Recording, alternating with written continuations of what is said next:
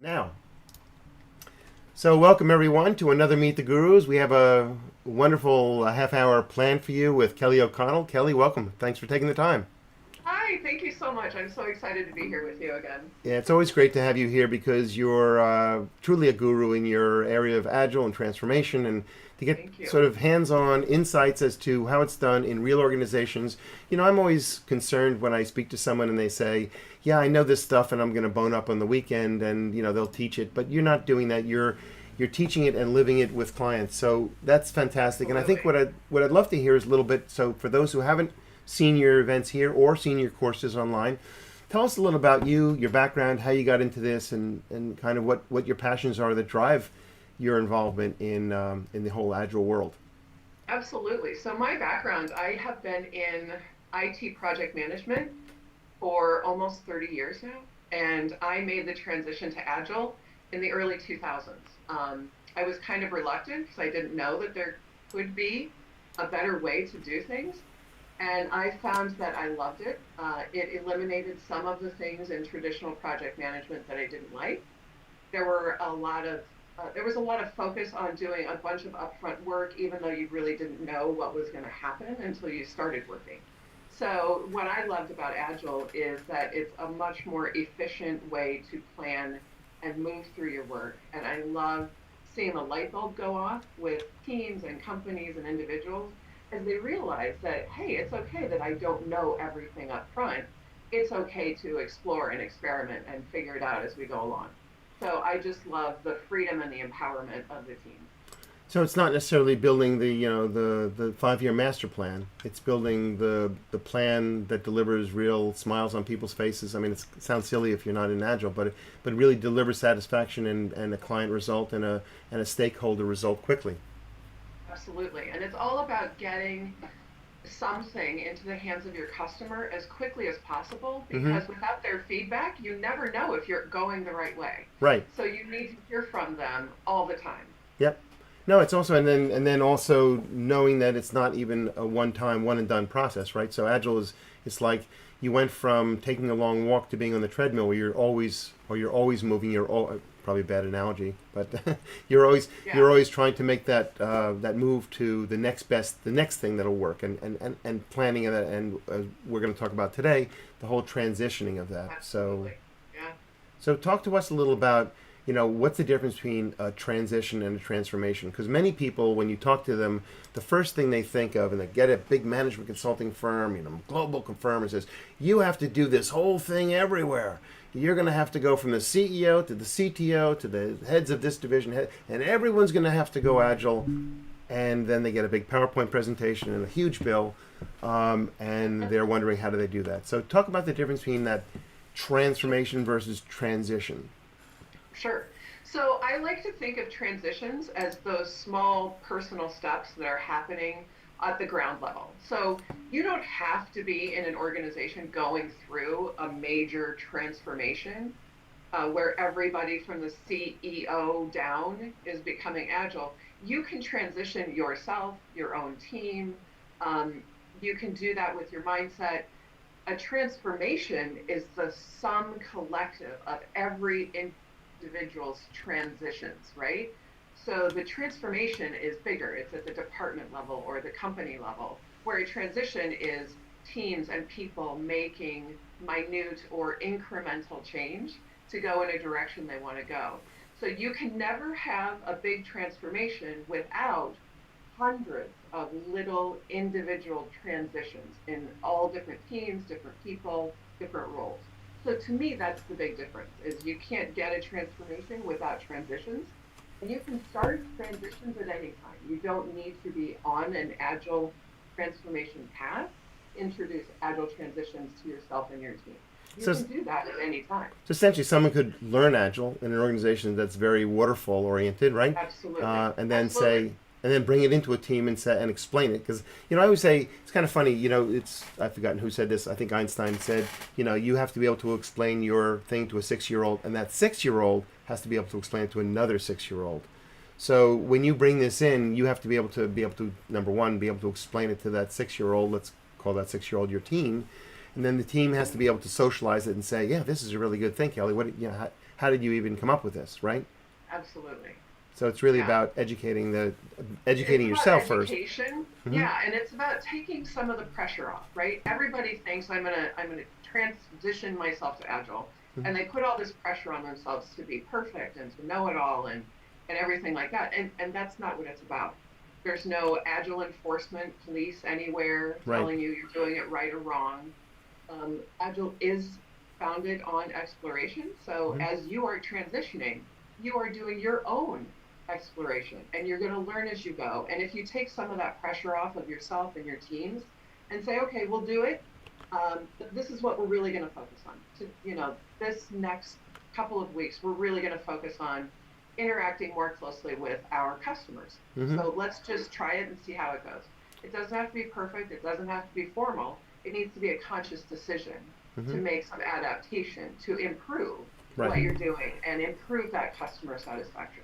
Yeah, so funny. There's a book written called Atomic Habits, just came to mind, which I read, which is about making these small changes. Now everyone thinks that you've got to make these big changes. I'm going to go to the gym and I'm going to start working out, and before you know it, 2 weeks later you get cramps, you're in pain, you don't want to do it anymore. Whereas someone who wrote this book said, maybe you just start with doing 2 sit-ups next to your desk in the morning, and then you realize 2 sit-ups is so easy. Well, I'll do 4 sit-ups, and then before you know it, you go, I got to go to the gym. And literally the example was you go to the gym and you just do 2 sit-ups. And then you go home and you realize, I'm going to the gym. I shouldn't have done just 2 sit-ups. So this whole thing that you're talking about is Right. incrementalism, right? It's not eating the elephant in one bite, but it's Right. taking chunks. Absolutely. And honestly, the best place to get started is with yourself, Mm-hmm. right? Every Yep. transition should start with you as an individual. Mm-hmm. Identify the target. Maybe for me, I can talk about how when I became agile, for me, the hardest thing was to trust. I was a traditional project manager. I had no experience trusting the wisdom of the team. So that was something that I really had to focus on and practice for myself, knowing that the team was more wise than I was in spite of my experience, right? So take So, it how collectively we are greater than the sum individuals. right. So take it from two sides, if you will, from the bottom up, the individual coming in, Yep. educating themselves, trying to figure out where are we as a team. And maybe they didn't even know that it was an agile process, but it hadn't bubbled down to them, or fallen Right. down to them. And then also take it from a leader point of view, whatever level of leader that might be, team, Sure. division, or organization. How do you understand where an organization is? Sure. So, I think a series of questions, no matter where you are in the organization. So, if you are on a team and you are delivering work, so if you're a team member and you want to know how close am I to being on an agile team or how agile is my team, you need to start asking questions like, who's making the decisions, right? Is the team making them? Are we being told what to do, or are we being guided? Are we being led, or are we being managed, right? So you need to understand not just how the team functions to get the work done, like how collaborative are they? You also need to understand how the environment is supporting or not supporting the agility of the team. Can the team make their own decisions? Is leadership saying, this is the end goal? You guys are really smart, figure out how to get us to that end goal. And we'll give you the freedom and the support you need to get there. Um, if that's the case, you're closer to agile than you are to traditional, and that's a good place. If it's not, that's okay too. Start with the mindset, right? Work with your leadership. There needs to be an open dialogue between leaders and teams.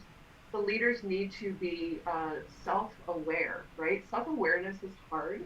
It sounds simple, but it's really being willing to look at yourself and your behaviors with a critical eye.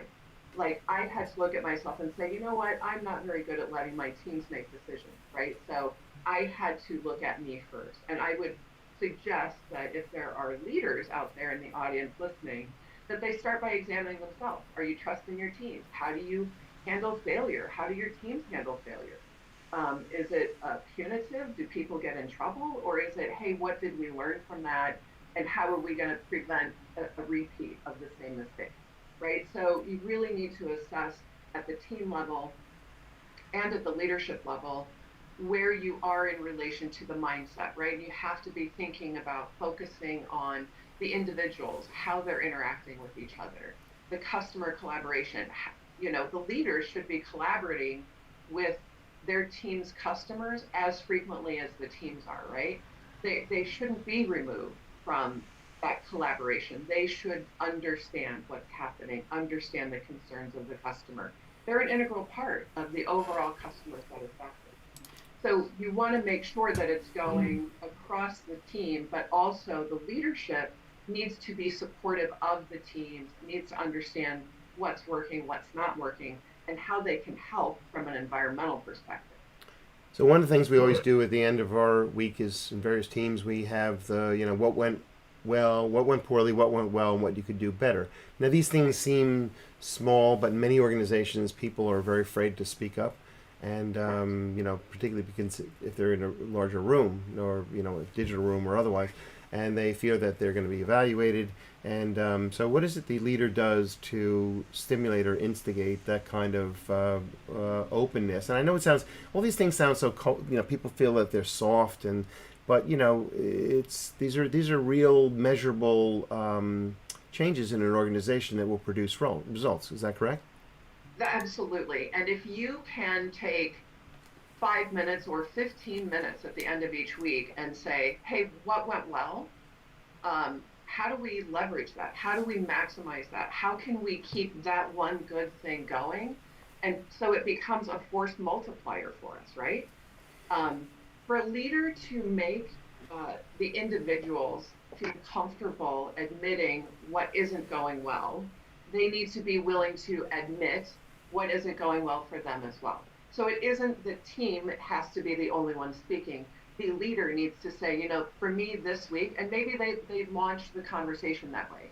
For me this week, the thing that went well, I had a great conversation with my boss about ABC. What didn't go well for me this week was I got upset because something didn't work the way I wanted it to. And I'm going to work next week on being better at that. I plan on doing this when something goes wrong, and I want you guys to hold me accountable to that change I'm committing to in front of you. So by being vulnerable like that, the leader enables the team to also feel safe, to feel like they're in a safe space, that they can admit what's going well and what's not going well, and admit that they need help. Asking for help is a very hard thing to do. And I know in IT, which is my background, it wasn't always encouraged to ask for help. It was, you kind of muddled through, and you figure it out along the way. But asking for help is essential. And when a leader asks their team for support and saying, "Hey, hold me accountable. Please help me keep myself in check," um, he or she is then communicating that this is a safe space, that it's okay to ask for help, it's okay to offer feedback, and it creates an environment that's much more conducive to the rest of the Agile processes. Trust is a foundational piece. Yeah, so let's say you've got the ball rolling. I've done this in a very simple way, and in our organization where we have a very large teams offshore, and particularly in India, I don't know why. I know why. The British history there. Many people talk to everyone who's their senior as sir or ma'am. Yes. And I always say to people, it's not disrespectful, and it's actually to not speak that way, because we're a very flat organization, and it's important for people to know that they're not. And therefore, what's interesting to me is that people then begin to speak up, and I'm shocked actually in a positive way, how when people say, "Well, Paul, I think," and I go, "Fantastic, thanks for that. That's really great." So, getting that buy-in is really, as you just said, it's important for the leader to articulate that is completely okay and completely accepted, and you're not being, it's kind of when you don't contribute, it's a problem, not when you do contribute. And even absolutely, yeah, absolutely, the greater risk to an organization and to the team is the silent member, right? Because from that silent member, what you're missing is their insight, their wisdom, the sum total of all their experiences. The best gift you can give your leader is your opinion, right? Obviously, respectfully, right? I mean, everybody, we have all the interpersonal skills we need because we have our jobs, right? Right. So respectfully give your thoughts, give your opinion. Nothing can grow if you don't share what you know, because you're growing everyone with it. So as a precursor, let's say you're in a very, call it stodgy, for lack of a better word, organization that hasn't moved into agile. One thing would be a very good thing, I would imagine, and at least that's my belief, so I'll just affirm it with you, that you would go out and go through some training. And that it sounds self-serving, but the reality is if you don't understand what this is all about other than what we've discussed here, you need to go through some training. And there are a variety of frameworks out there, if we will, right? There's the CSM, there's the PSM, there's others. What would you think of as, obviously, people want to get certified. Maybe that's not the first thing to do. Maybe it's first thing to get oriented. Right. I would say the first thing is to get oriented, understand what Agile is. Agile has become this massive thing when in reality it's a framework of ways to do your work, Mm-hmm. right? Agile is just a whole bunch of different ways you could do your work. There are dozens and dozens of different Agile practices out there. You need to look at your work and then you need to start doing some comparative analysis of all these Agile frameworks. So get your feet wet, understand what Agile is, what it's not, know that it's not a silver bullet, know that it's, again, there are no Agile enforcers out there telling you you're doing it wrong. It's all just grounded in similar beliefs, right? That it's about people, customer collaboration, quick delivery, and responding to change, right? We can all identify with these things. This is the world we are living in. Right. It's not new. Can you, in an organization like I described, can you take on an initiative and make it agile by yourself? And let's assume it's yourself. It's a project that you're given. Can you make it agile and then say to people, "Hey, look how I did this, and I did it in a different way"? Is that can you imagine? Or have you seen that? And could you give us even an example of something that happened in that regard, in that way? So I think ground up, as you had mentioned before, there's ground up transitions or transformations that happen where it starts at team level and teams basically say, "This is what we're going to do, management. Please get on board, watch us," right? So that's one approach. I will say that it is not successful on a broad scale unless you have leadership and management support on what you're doing and why you're doing it. So it isn't simply that you transition your own team. You need to have some support from your manager, your leaders, let them know what they're doing, and then take some of the pressure off, right? I say that make it fun, right? It shouldn't feel like it's climbing Mount Everest to make this transition for your team. It should feel like a joyful exploration of better ways to do our work, right? So have fun with it. Go to webinars with your team. Sure. Watch them together. Have lunch. Have a conversation about what you saw. Would that work for us? Yes or no? Why or why not? Mm-hmm. Great. So let's just start this very fluid conversation about what it could look like. So you start a project on your own, let's say. Sorry, go ahead. What'd you say? No, please. No, so you start a project on your own. Probably a good idea to early on say, look, I'm doing this project. Look how far I've gotten, and maybe demonstrate some Right. progress, and say to your boss or your manager, say, look, here's how I'm doing this, and I'm finding it to be really fantastic. What do you think? Right. So again, getting Absolutely. feedback right away and saying, look how far I've gotten and how quickly. And it was kind of shocked. The way I did it before was much slower. Right. And then try to get buy-in from them, sort of selling the process Yes, you upward. definitely have to sell up and you have to sell out because you're also going to have to sell your customer, right? If your customer is an internal customer, most teams that are doing work are usually serving internal customers as opposed to external customers in the street or on the store. Mm-hmm. But you need to get commitment from your internal customer and say, "Hey, we're going to try to do this for you in a different way so that you get faster results. This is the commitment I need from you. I need to see you every day. The team needs to see you every day. We need to be able to ask you questions when they come up so Mm-hmm. that we make sure we're doing exactly what you want, right? And oh, by the way, it's okay if you change your mind. It's okay, right? So you have to sell within your team, you have to sell within your management, and you have to sell a little bit. And sell, I guess, is probably not exactly the right word. What you're asking for is partnership. You're asking for them to join you on the journey. will you try this with us? I think it'll be fun. I think it'll be beneficial. I think you'll get a better product at the end of the day. Hmm. So what do you think? Should we give it a go? You know? And most of it's not unheard of now, so it's not like years ago you might have been trying to convince a whole lot of people of what the value proposition is.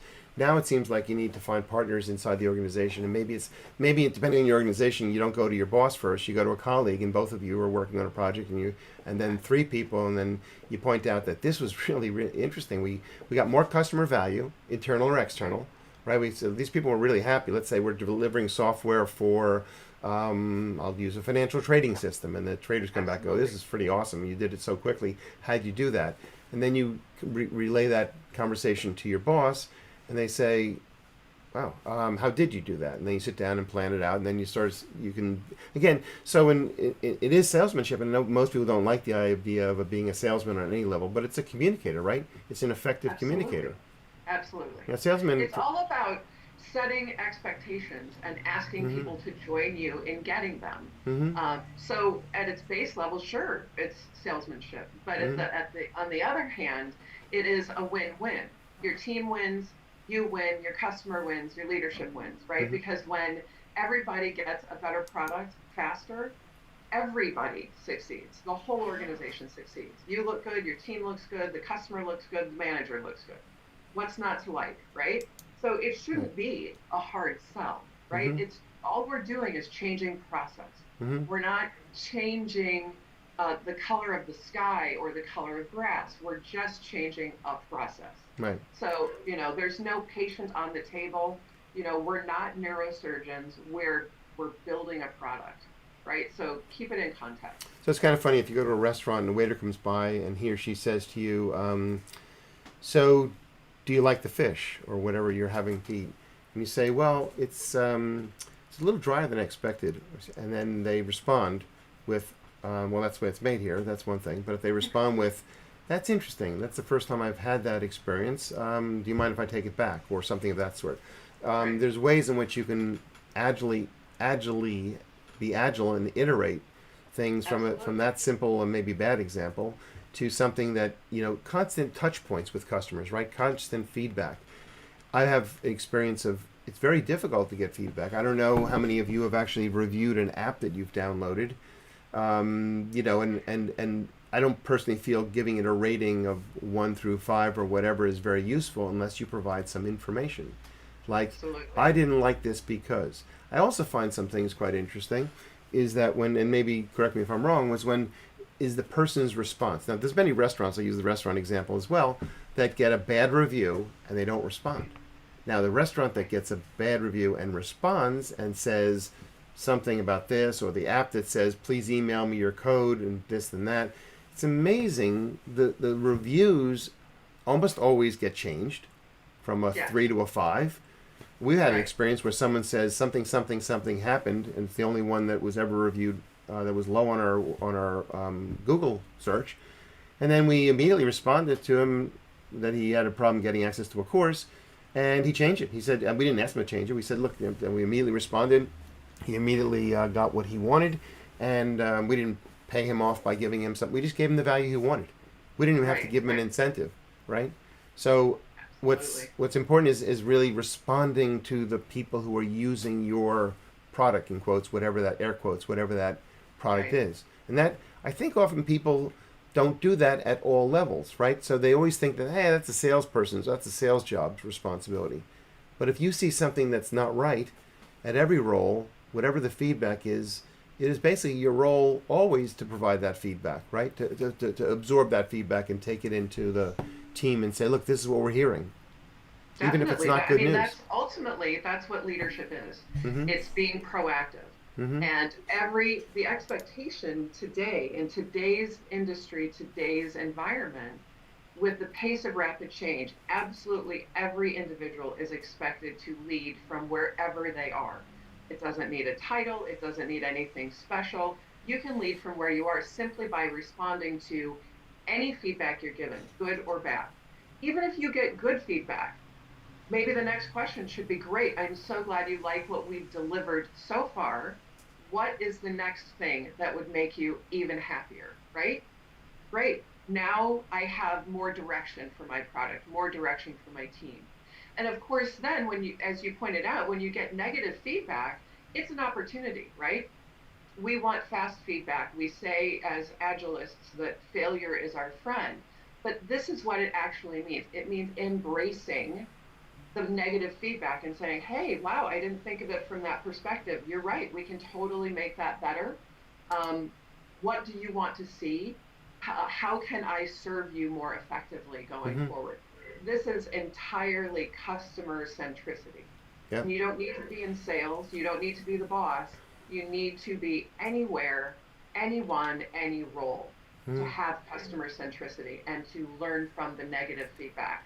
And to then take account responsibility. So let's use an example. Something is wrong, broken, wrong color, wrong size, whatever. You don't have to be the person necessarily fix that. You need the persons to get it addressed.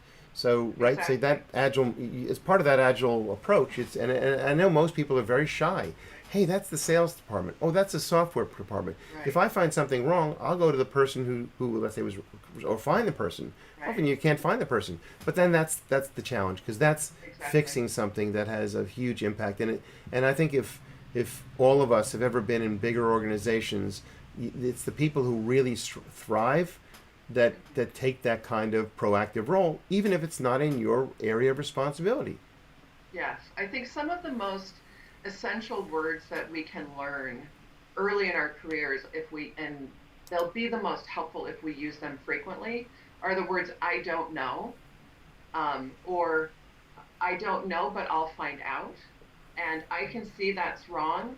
I don't know how to fix it, but I'll find out who can, right? So you're taking ownership then of championing the solution for this customer, for this person, right? It's another human being that you are now focused on raising up, solving their problem, and you are making a personal commitment. And that behavior is what can launch your career forward. That can launch a transformation.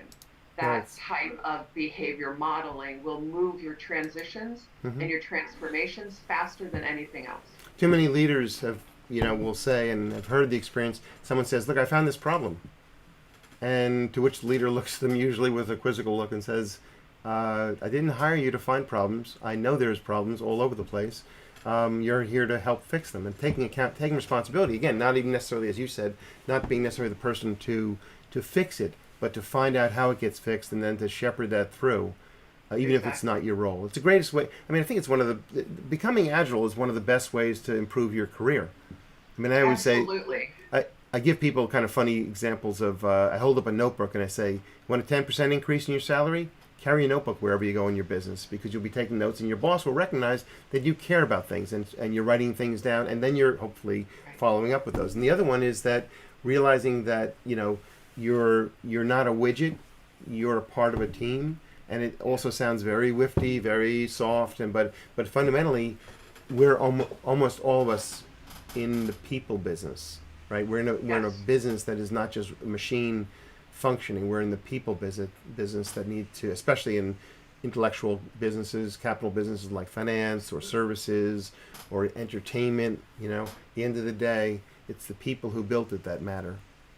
Absolutely. And it's the people that use it, Mm-hmm. right? So you are in the you are serving your customers because your customers are the people on your team as well, right? Your customers are also the people you're building your solution for.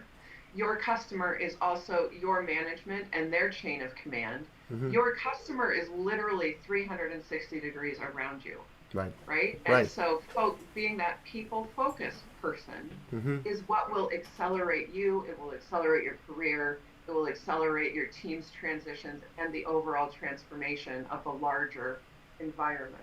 But it all starts and ends with people. And the more focused you are on customer centricity, recognizing that your customer is literally everyone you interact with, Mm-hmm. from the people doing the windows to the people doing the work with you to the people receiving your work. There is literally no person you run into that is not your customer. Great point. Kelley, you have some interesting courses coming on our platform about I do. how to manage your career in the agile world, how to lead teams, how to change and set your leadership style. And I really appreciate your time. And everyone, stay tuned. In the next few seconds, you'll see a coupon to get half off on some of our courses. And Kelley, once again, thanks for your time. We'll see you again next time. We'll see your content on our platform. Awesome. Thank you so much. It was such a pleasure to be here. Same here.